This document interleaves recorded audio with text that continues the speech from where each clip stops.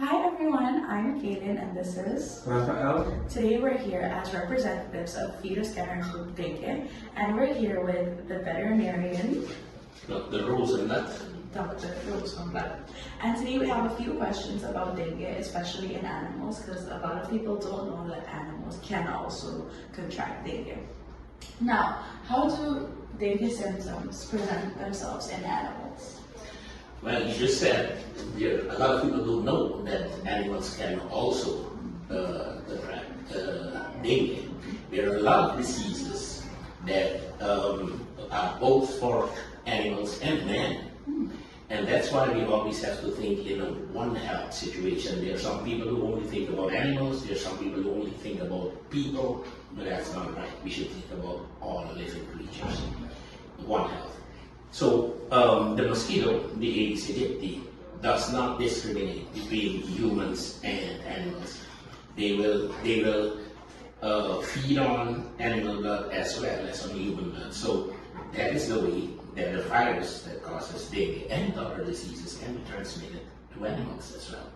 The only thing is that normally the symptoms that they presented in animals are a little out of range. They're not exactly the same as in humans. So most of the time we don't really pay attention to it. And there are so many other diseases that cause kind of similar symptoms, so that we don't readily think about dengue.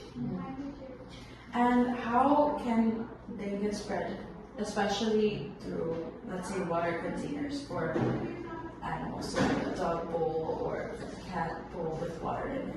There is absolutely no difference in the way dengue spreads for humans as for animals, because the mosquito loves stagnant water.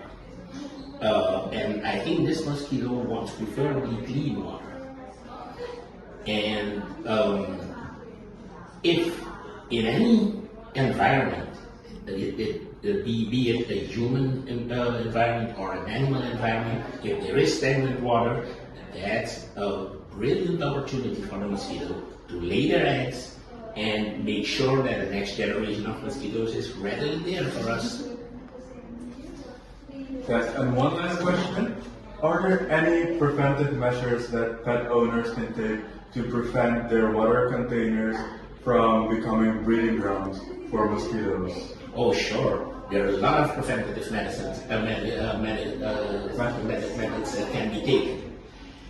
The problem is that we only need to know that stagnant water is the place that the mosquito prefers. And then it doesn't make any difference whether it's water that is meant to be for animals or water that is meant to be for human use.